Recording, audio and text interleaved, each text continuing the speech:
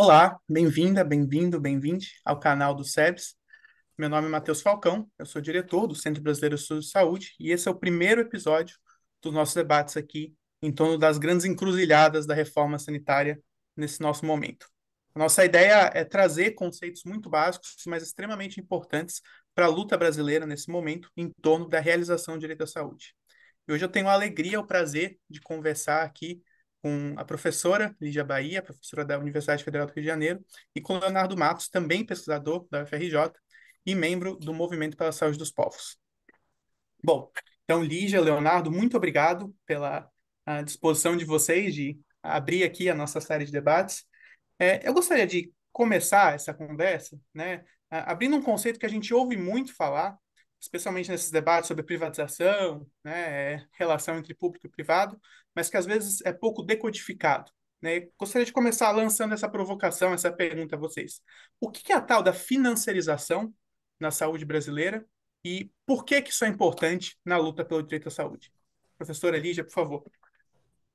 Matheus, então, obrigada, né, pelo convite. Estou adorando estar aqui com você e com o Leonardo. Muito obrigada.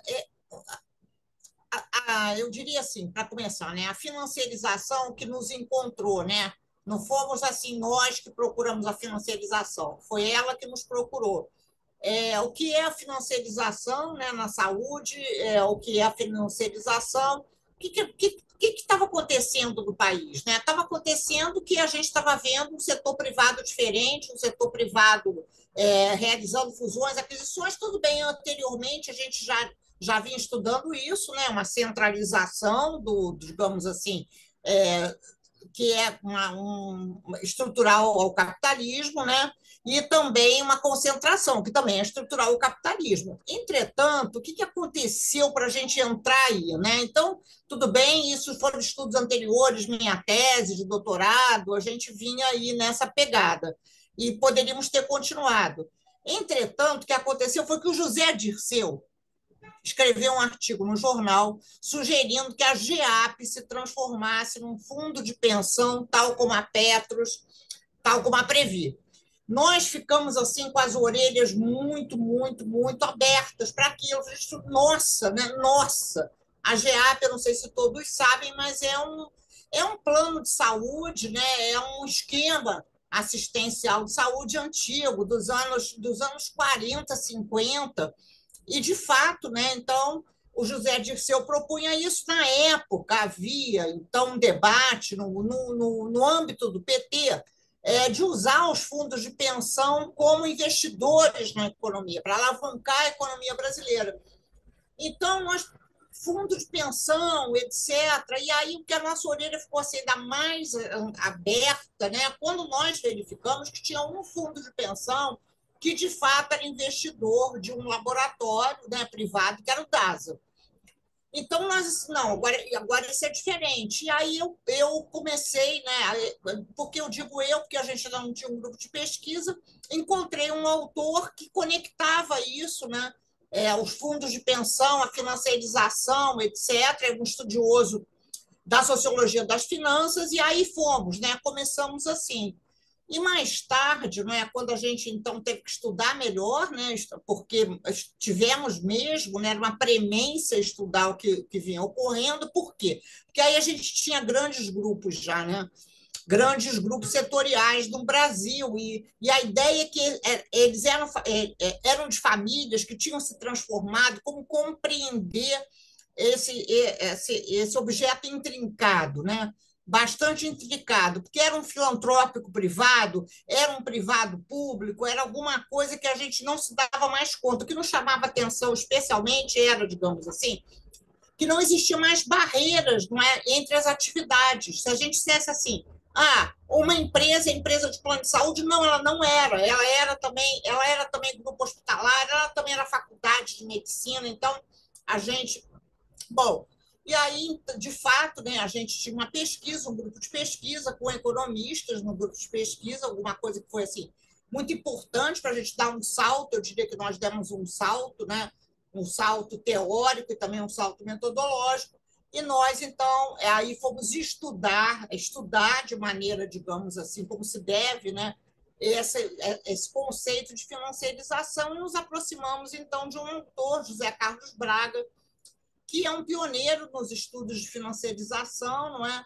E aí sim, né? Então a gente começou nós tínhamos uma pergunta, né? Porque hoje todo mundo afirma, né? Virou uma coisa clichê, é financiarizado, é financiarização. Mas nós tínhamos uma pergunta assim: alguns desses subsetores que são mais financiarizados, há traços de financiarização, como reconhecer isso, né? Então, nós desenvolvemos, né, uma pesquisa grande, e que já está publicada, e foi assim, então, que nós chegamos, né, nós chegamos a compreender que a financiarização ela é, digamos assim, é esse capitalismo atual, né? É um modo de acumulação de riqueza, que é um modo de acumulação de riqueza que rompe, não é? Com o modo anterior, que é no qual havia um estado de bem-estar social.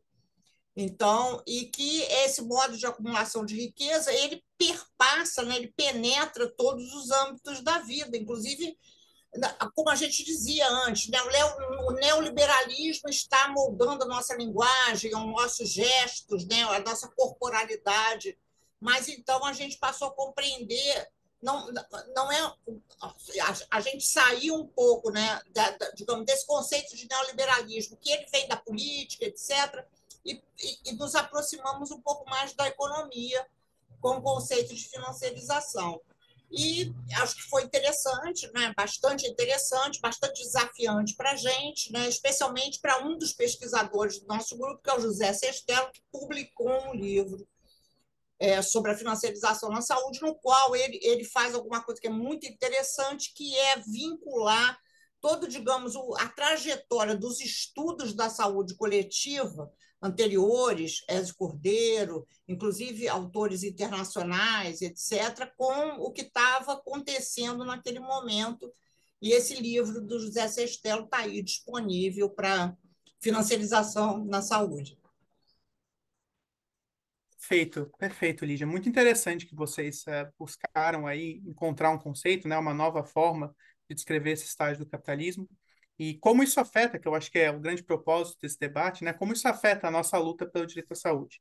Antes de entrar propriamente nessa questão, que eu acho que é o que nos move aqui, uma coisa que me fico pensando, né, escutando aqui, é que se a gente pega, né, o início, né, quando começa esse mercado, né, por exemplo, de seguros de saúde, que hoje a gente chama de saúde suplementar, né, que acho que você e o professor Mário Schaeffer explicam muito bem no livro essas mudanças, né, que acontecem nessas últimas décadas.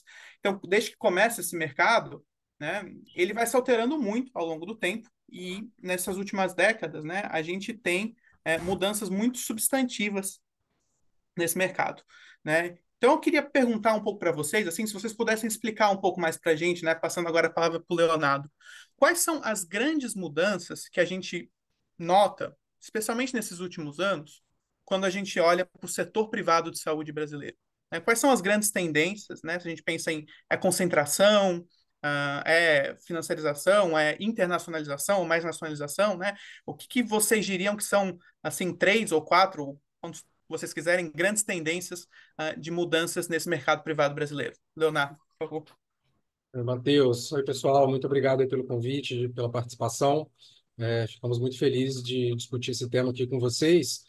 Não, eu acho que essa sua pergunta é super pertinente, eu acho que ela dialoga bastante também com o que a Lígia acabou de falar agora, né? Eu acho que, assim, retomando um pouco a resposta dela, né, que eu acho que também ajuda a responder essa, a privatização, né, que já é um assunto discutido no Brasil há muito tempo, né, ela sempre esteve aí, né, digamos assim, né? Os estudos da saúde coletiva sempre demonstraram e sempre apontaram isso como uma questão, né, seja na época da medicina previdenciária, seja a partir do momento em que o SUS é criado e ao longo desses anos todos, né? Então, quer dizer, então você já tinha ali a privatização já era um elemento, digamos assim, estruturante e estrutural do sistema de saúde brasileiro, né? E que a próprio SUS não conseguiu, digamos, alterar por completo. Pelo contrário, né? A partir do momento que o SUS é criado, isso vai se desenvolvendo dentro de um novo contexto, né? Onde às vezes ideologicamente você tem ali um sistema público, um sistema privado, como se fossem duas coisas separadas, né? Enfim, esse mercado de plano de seguro de saúde como se fosse o setor privado o SUS, né, como se fosse a saúde pública, mas que, na verdade, isso é muito mais imbricado e muito mais interdependente do que parece, né? Porque a gente tem um único sistema de saúde, né? Não um sistema único de saúde, mas um sistema de saúde, né? E aí eu acho que o que teve de interessante, né, para a gente. Por que a financiarização nos ajudou, né? Como a Lígia colocou aí, esse setor privado, que ele começou a crescer de uma forma diferente, começou a apresentar traços diferentes, começou a aparecer de uma forma diferente, a gente começou a entender que aquilo, ao estudar a financiarização, né, que essa dinâmica geral do capitalismo, ela também estava penetrando no setor saúde brasileiro, enquanto setor econômico, né? E aí isso nos colocou para olhar a dinâmica desses mercados, tanto de planos de saúde, quanto de hospitais, quanto de farmácias e drogarias, né? E ver que tinha uma série de alterações acontecendo, né? Então, por exemplo, quer dizer, e que a financiarização, na verdade, o efeito que ela tem, digamos, concreto, ela é de potencializar e de, digamos, acelerar processos que também já estavam acontecendo antes, né? Quer dizer, a financiarização ela não cria os problemas decorrentes da privatização da saúde no Brasil, né? As desigualdades, né? A fragmentação do sistema de saúde, as disparidades de acesso, utilização entre setor público e privado, né? Quer dizer, a expansão do fundo de saúde, quer dizer, não é a financiarização que cria isso, mas na medida em que as empresas elas vão entrando nessa dinâmica de acumulação, elas vão, digamos, forçando essas margens, né? Elas vão crescendo e avançando num nível cada vez mais rápido do que o próprio setor público é capaz de acompanhar, ou de regular, ou digamos, dimensionar dentro de uma proposta de sistema universal de saúde, né? Então, o que a gente foi observando é que na medida em que na década passada em que as empresas, né, cresciam nesse ritmo muito acelerado, e principalmente depois da crise econômica, já vinham muito fortemente ali no final dos anos 2000, no início dos anos 2010, de uma maneira muito acelerada. E, bom, no momento em que o país entra numa crise econômica profunda, né, essas empresas, ao invés de acompanhar a economia, né, pelo contrário, elas continuam se expandindo num ritmo mais acelerado ainda, né? A pandemia de Covid, que em um primeiro momento poderia ser um elemento que você intuitivamente diria que talvez fosse colocar um freio nisso, o que fosse diminuir, pelo contrário, né, estimulou ainda mais esse processo, né, de concentração, de centralização, que a gente foi vendo com o tempo é que essas empresas, na medida em que elas vão entrando nessa dinâmica, elas se transformam completamente, né? Elas deixam de ser ali empresas simplesmente de proprietário do setor saúde no Brasil, passam a ser também empresas que têm vinculações com setores financeiros, investidores nacionais, investidores internacionais, né? Esse empresariado da saúde mesmo passa a se vincular mais organicamente ao setor financeiro, né? Então, tudo isso tem implicações na própria correlação de forças, né? Na disputa por propostas na sociedade, e na própria expansão e reprodução dessas desigualdades que são produzidas pela privatização da saúde no Brasil, em vários contextos, assim, né? Agora é interessante, só para fechar esse argumento também, só para ficar claro também, para quem está nos acompanhando aqui, né, é que a Lígia já contou isso, mas acho que é importante reforçar, né, o conceito de financiarização em si é um conceito muito abrangente, né? Então, a gente teve dois trabalhos, a gente teve o trabalho, como a Lígia falou, né, de identificar o problema no local e ir até o conceito de financiarização, mas também tem a dificuldade de voltar, né? Porque, na verdade, como se trata de um fenômeno sistêmico, ele tem múltiplos desdobramentos em múltiplos níveis, né? De abstração e nível de observação, né? Enfim, então é muito importante ter esse olhar empírico para as coisas, né? Porque, por exemplo, a gente sabe que isso pode ter relação, enfim, com o financiamento, com os modelos assistenciais, com a qualidade do cuidado, né? E com os gastos privados, né? Enfim, uma série de outras coisas, né? Então, assim, a financiarização ela nos ajuda a entender como que essa privatização se relaciona a um fenômeno mais estrutural, mas ela não explica por si só, né? Ela ajuda a compreender dentro de um todo, dentro de um contexto mais amplo, que não é só brasileiro, né? Isso também a gente também entendeu muito bem, né? Que é um contexto global, né? É um contexto global do setor financeiro se expandindo para várias áreas da vida, inclusive para o setor saúde, né? E o setor saúde tem sido globalmente, né, não só no Brasil, mas um espaço muito importante de valorização financeira, de retornos financeiros, né, até acima de outros setores da economia, e daí também esse interesse que vem despertando não só no Brasil, mas no mundo inteiro. É um pouco isso. Maravilha, Leonardo. Muito obrigado. Vários elementos aí. Eu vou querer, daqui a pouquinho, voltar para esse ponto que você falou, de que o sistema é um só e tudo se converge, tudo converge, né, para uma mesma grande questão política. Mas antes, ainda tentando explorar um pouco esse conceito de financiarização, acho que para pessoas que estão começando a estudar o tema agora, como eu mesmo, né, às vezes a gente tem uma certa dificuldade de compreender quando que uma empresa torna-se financiarizada, né? O que que acontece? Como definir isso, né? E eu acho que vocês nos entregaram alguns elementos importantes, né?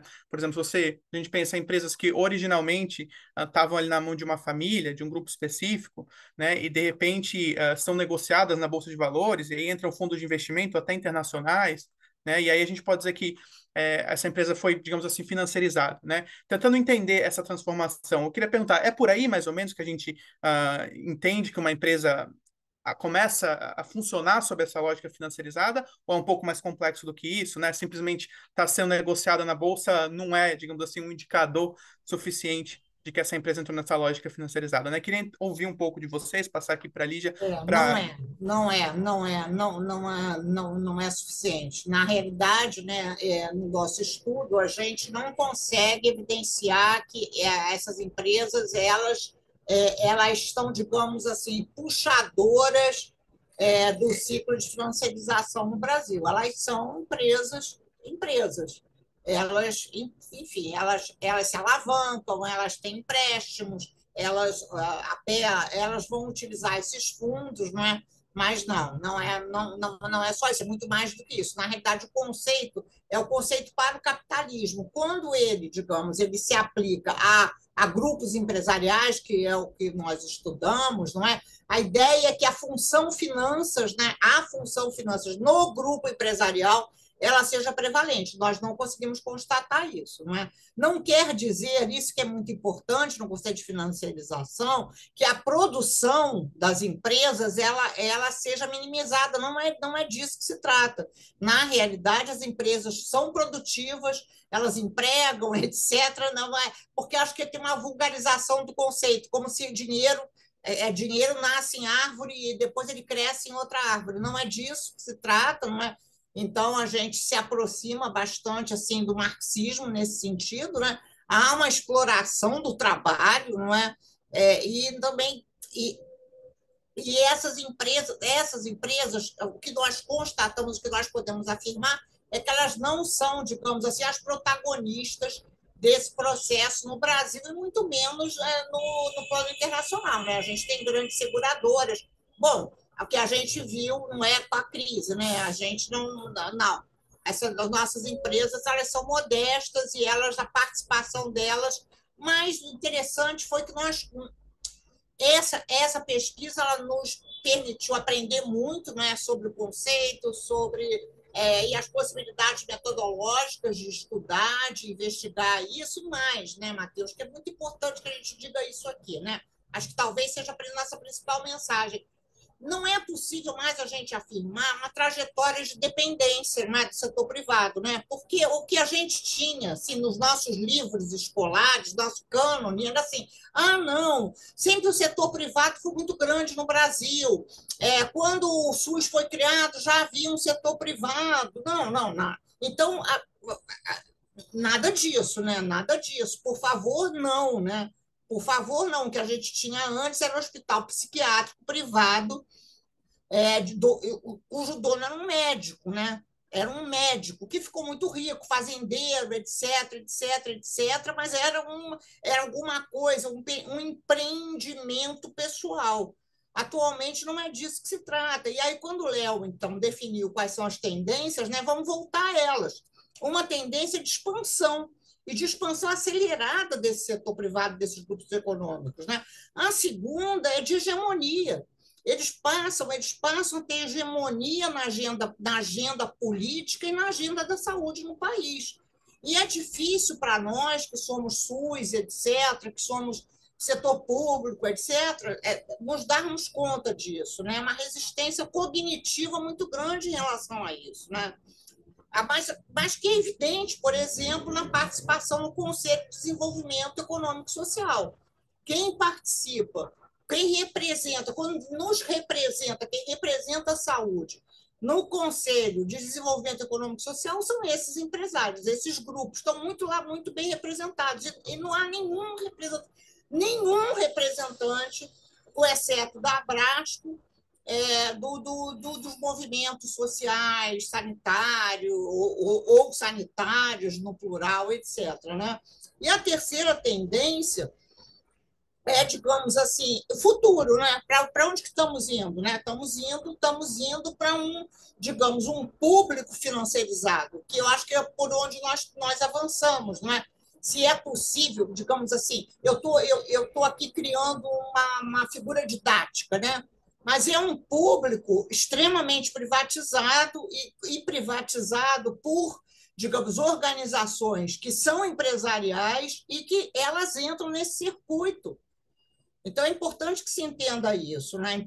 É importante que a gente não diga de novo assim, é um setor privado que está ali longe de mim. Não, ele tá pertíssimo da gente. Porque, veja, Matheus, na minha tese de doutorado, já estava, é porque as pessoas não têm paciência de ler tese de doutorado, eu acho que com toda razão, mas que era um sistema só, já estava ali. Então, não foi isso que a gente constatou, que é um sistema só, isso já estava constatado. O que a gente constatou foi uma mudança radical nesse setor privado, que ele pervade, ele é um setor privado que ele muda o público, ele muda com radicalidade o público.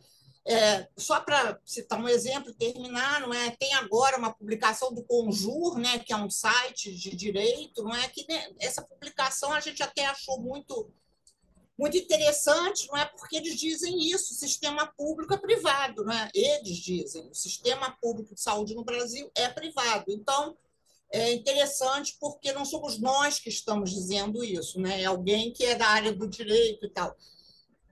Mas então esse debate é um debate duro, né? Um debate muito. Por que não é um debate difícil? Porque continua esse dogma, né? Que na realidade nós, assim, o passado nos condena, o setor privado é assim mesmo. Não, é aquele que, quando o SUS foi criado e foi subfinanciado, então nós não é isso, né? Não é isso. E aí, só para concluir, né? A agenda política na saúde, não é? Ela muda radicalmente, radicalmente, e a gente continua, talvez, né? E aí é uma pergunta para todos nós, né?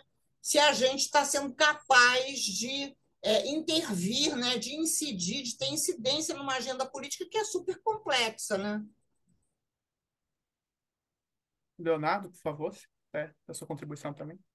Não, é rapidinho, só queria focar um pouquinho nesse ponto, né, que você perguntou. A Lígia respondeu, acho que as coisas que ela apontou são bem importantes, né, sobre o que caracteriza, né, o que, digamos assim, diferencia, né, uma empresa. Claro, a gente não tem indicadores que, não, a partir daqui ela é financiarizada, a partir dali ela não é, né, quer dizer, não é uma coisa objetiva, né, enfim, a gente até pode utilizar indicadores objetivos para estudar as empresas, né, por exemplo, a coisa das receitas financeiras que a Lígia mencionou é uma delas, né. Enfim, a gente observa um pouco só nos planos de saúde, algum tipo de utilização desse mecanismo, nos outros setores não, mas, mas tem uma série de fenômenos ali que são quantitativos também, né? Ele já falou da velocidade, e aí para fazer um link com isso que eu queria fazer, assim, para mim, o que eu acho que assim, digamos assim, a diferença que a financiarização faz é justamente na concorrência diretamente, digamos, ela passa a ser um diferencial na concorrência.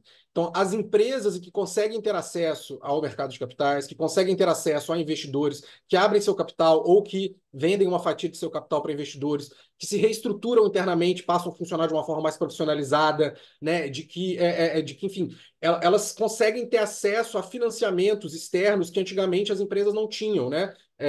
Diretamente. Então, ela consegue captar recursos de outras fontes, né, para se expandir, justamente porque elas são muito lucrativas e porque elas têm uma expectativa de retorno, né? Por isso que elas ficam tão atraentes ao setor financeiro, e na medida em que elas se abrem a isso, elas também aceleram o seu próprio processo de acumulação. Então, digamos assim, as que conseguem entrar nessa dinâmica, elas vão se afastando das demais e elas vão, digamos, gravitando, né, todo o mercado, né, e vão incorporando, vão comprando, vão se tornando maiores, multifuncionais, multissetoriais, e, obviamente, que esses mecanismos, né, todos eles têm uma série de consequências tanto econômicas quanto práticas para o funcionamento dessas empresas, né?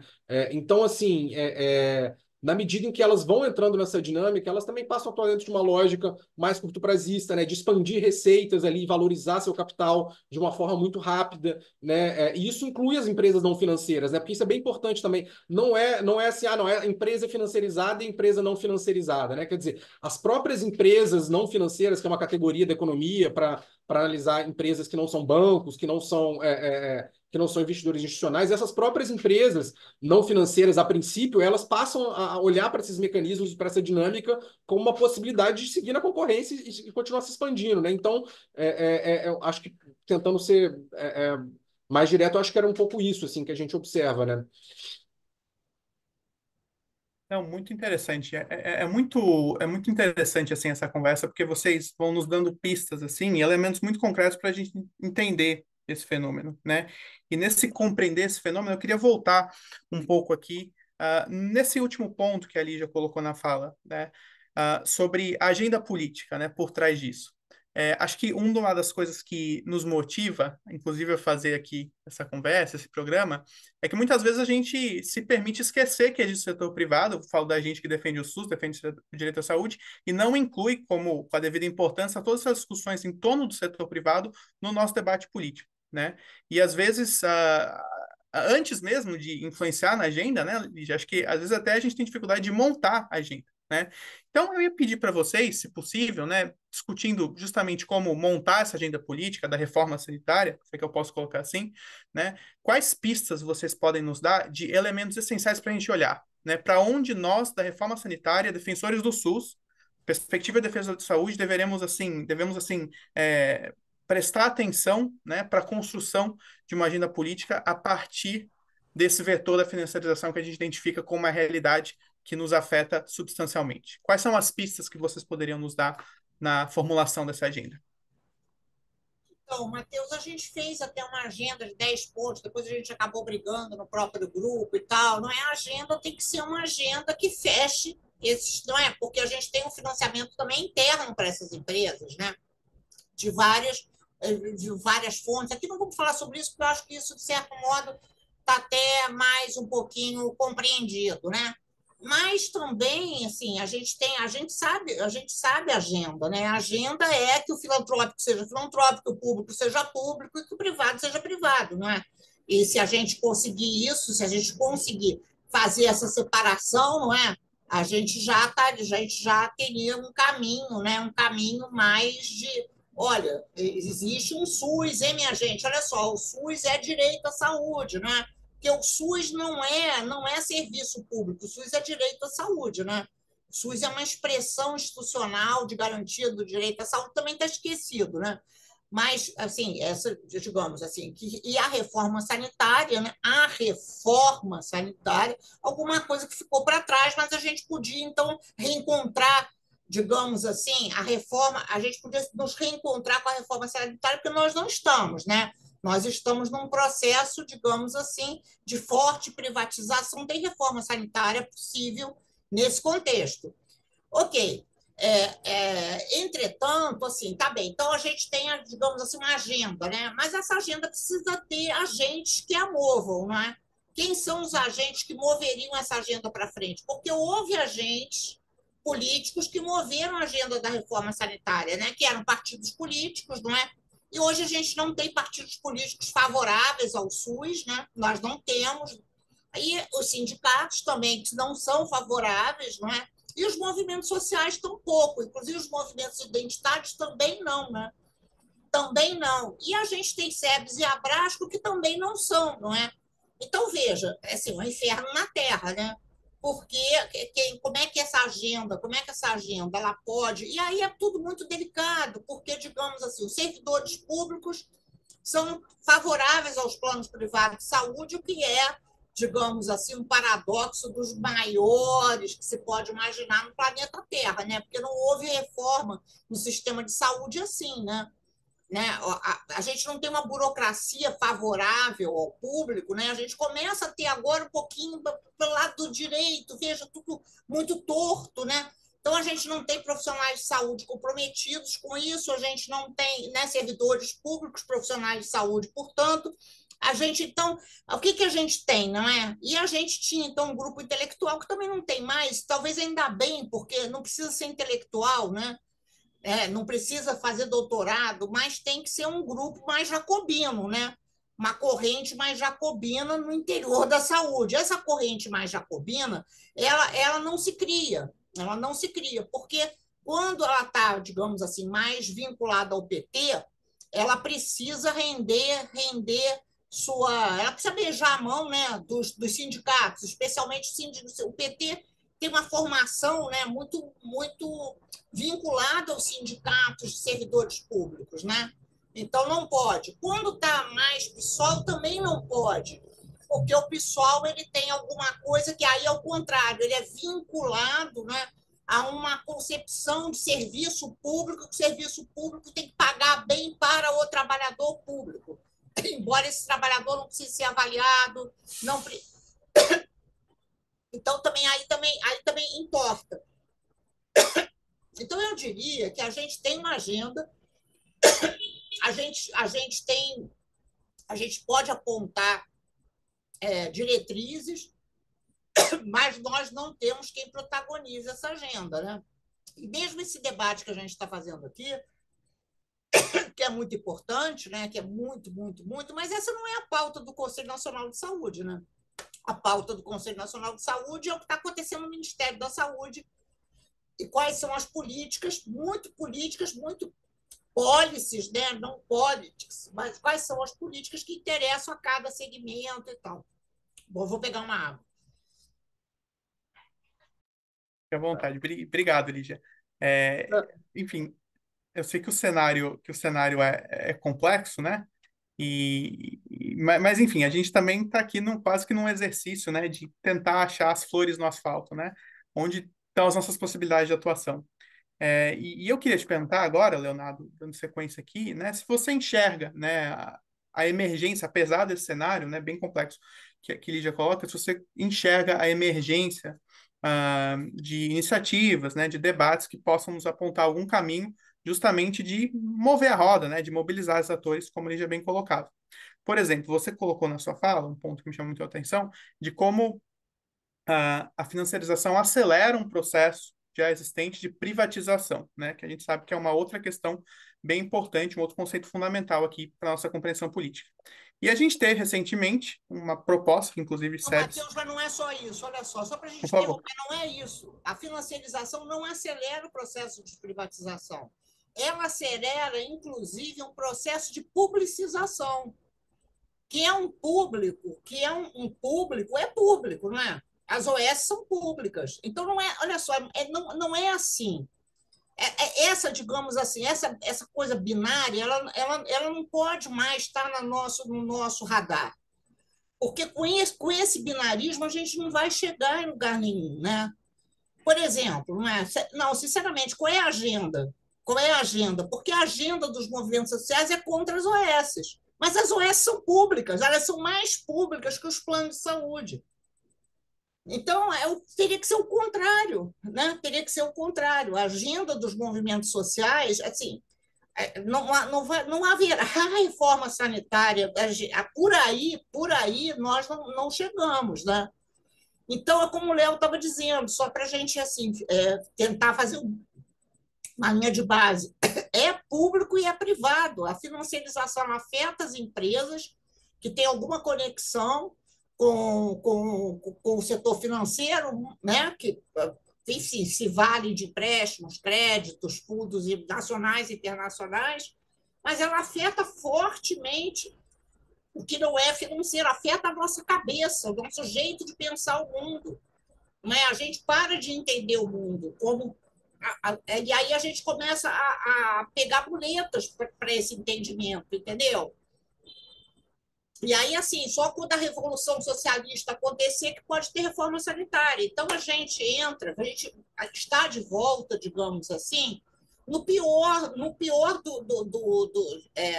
digamos assim, da coisa rudimentar, né? De um esquerdismo muito infantil, não é? Não, então tá, mas o que eu posso fazer é nada, né? E isso imobiliza, né? Então, a gente tem essas conferências enormes de saúde que não se referem a isso, né? Assim, tem 5.000 pessoas mobilizadas e isso passa assim ao largo, né? Uma certa impotência, né? Não, com certeza, com certeza. E acho que essa é um pouco a nossa intenção aqui, justamente de levantar esses pontos, né? Que às vezes são essas verdades que a gente precisa ouvir e às vezes se nega, né? É, eu queria perguntar a vocês aqui, encaminhando para a nossa conclusão, sobre o conceito de desprivatização, que foi um conceito que surgiu numa dessas conferências livres recentes, né? Nossa participação aqui, inclusive, né? Se vocês puderem compartilhar um pouco qual que é essa ideia e o quanto isso é ou não é também uma resposta para justamente essa questão que Lídia muito bem colocou agora, né? Essa encruzilhada aí que a gente ainda não conseguiu resolver. Então, Leonardo, se você quiser começar, por favor. Tá. Bom, eu ia comentar sobre o ponto anterior, acabou que eu tive um problema aqui na conexão, mas acho que a gente já pode passar direto para esse mesmo. Só um segundinho aqui que eu perdi umas coisas que estavam abertas. Bom, vamos lá. A ideia de desprivatização, né? Eu acho que, enfim, é uma discussão que não é uma discussão, né, que eu acho que surge agora, né? Enfim, já é uma discussão que acontece em outros lugares do mundo, né? Com relação digamos assim, já uma série de literaturas, por exemplo, que exploram digamos assim, a retomada de serviços públicos, né, pelo Estado, a partir do fracasso das privatizações, mas geralmente muito voltado para empresas de água, empresas né, empresas públicas, né, de infraestrutura pública, em algumas coisas nesse sentido, né?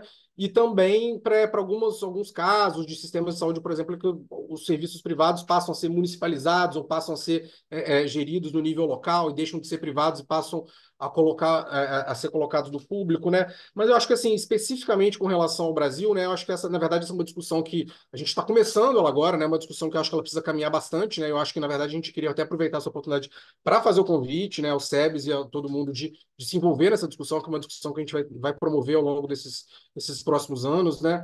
Mas a ideia da desprivatização, acho que no Brasil é de pensar, acho que apontando aí, começando de trás para frente, digamos assim, né? Como você colocou a questão da agenda, né? Eu acho que é justamente de tentar construir um campo que aponte para uma reversão dessa tendência, né? De aumento das desigualdades, de ampliação do privado, né? Enfim, do público delimitado a esse espaço onde ele está delimitado hoje, né? Essa confusão que a Lígia colocou ali entre público, privado, filantrópico, etc., né? Enfim, então, a ideia da desprivatização, quer dizer, é justamente como que a gente constrói não só um conceito, mas uma ferramenta de análise e de ação política que consiga, digamos, sintetizar essas necessidades políticas, né, tanto em vários níveis, né, seja de alterações na regulação, seja de aprimoramento das leis que a gente tem, aprimoramento, enfim, como mudança estrutural mesmo do papel do público e do privado dentro da saúde brasileira, apontando para um caminho de reforma sanitária, novamente, digamos assim, né? Porque o que a gente observa a agenda política, né? Assim, muitas vezes, por exemplo, né, quando a gente fala da financiarização, do privado, né, sempre tem um certo ideia de que, não, o privado quer acabar com o SUS, né? Na verdade, o privado não precisa acabar com o SUS, nunca quis acabar com o SUS e hoje em dia menos ainda. Na verdade, a agenda do privado é a mesma. A questão é essa, Matheus. A agenda do público e do privado é que tudo continue mais ou menos como está, entendeu? A agenda, ela está nessa direção, né? Ela continue tudo como está nessa estrutura, mas obviamente que as transformações vão acontecendo porque a sociedade não fica parada, mas que as regras do jogo continuem mais ou menos como está, né? Só que o que a gente está analisando e o que a gente está querendo propor é que se as regras do jogo ficarem como está, não só não tem sistema universal, como a gente vai caminhar cada vez mais para uma grave crise desse sistema de saúde, porque essas contradições elas não se sustentam a longo prazo, né? Enfim, se continuar como está, em algum momento não será mais possível, quer que a gente queira, quer a gente não queira, né? E da forma como está caminhando hoje em dia, aponta muito mais para que esse privado seja cada vez mais protagonismo, cada vez mais forte, né? Então, a ideia de desprivatizar de poder pensar os caminhos para que esse sistema de saúde novamente aponte para um sistema de saúde público de fato, né? Enfim, que com essa ideia de público, né? Do direito à saúde, né? Muito atrelada, né? E com o protagonismo do setor público, sem dúvida nenhuma, né? Mas não só isso, né? Não só o protagonismo do setor público, né? Mas eu acho que principalmente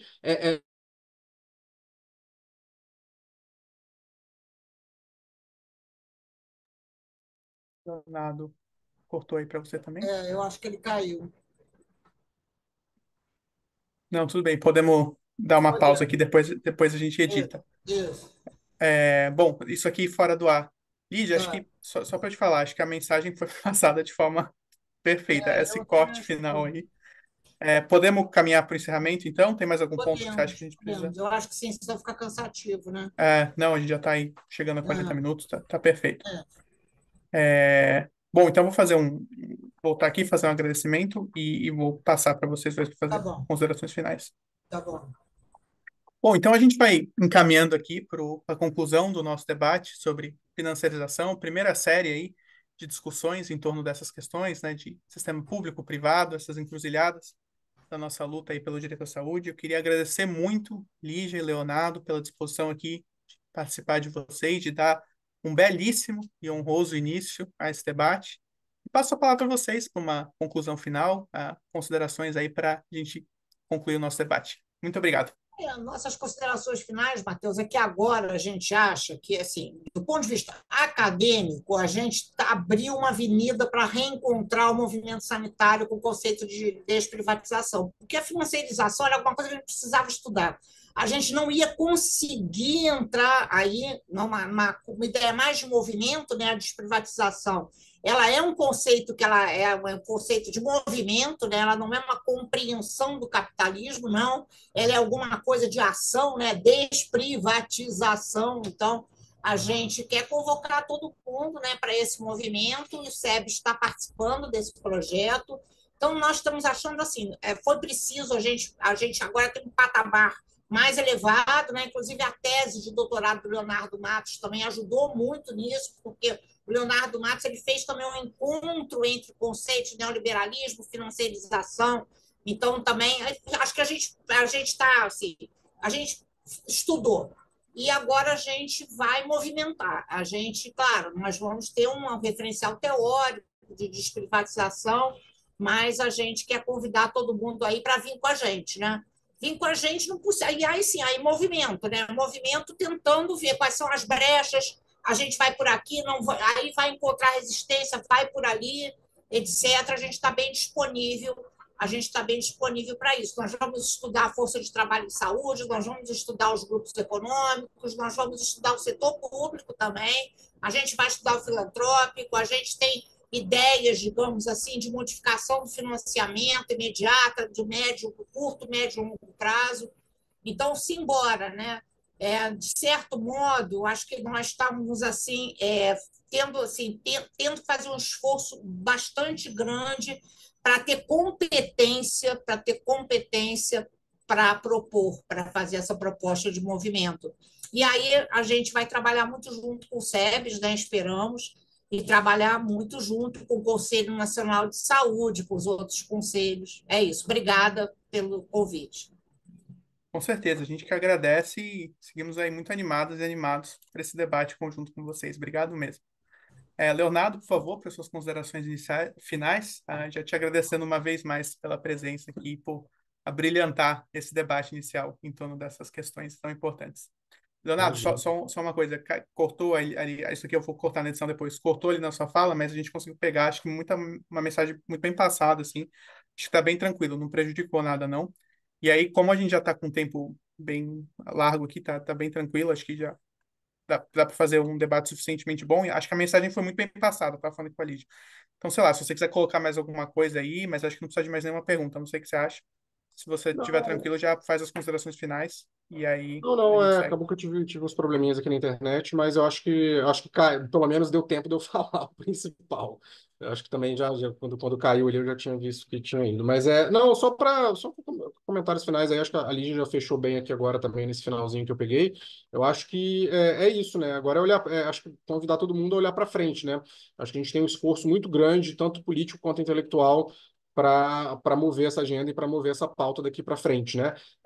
Enfim, a gente precisa disso para agora, a gente precisa isso para daqui a 5 anos, a gente precisa disso para daqui a 10 anos, né? Então, acho que então a hora para começar a caminhar é essa, né? E reforçando, né, o convite, a ideia é que nós consigamos, digamos, fazer uma interlocução de fato com a sociedade civil, né? Porque isso nos preocupa, né, muito, né? Assim, a gente precisa conseguir com que a sociedade consiga atualizar essa agenda, né? Para avançar nessa discussão da desprivatização da garantia do direito à saúde, porque sem isso a gente vai ainda continuar com a nossa agenda muito limitada em vários aspectos. É um pouco isso.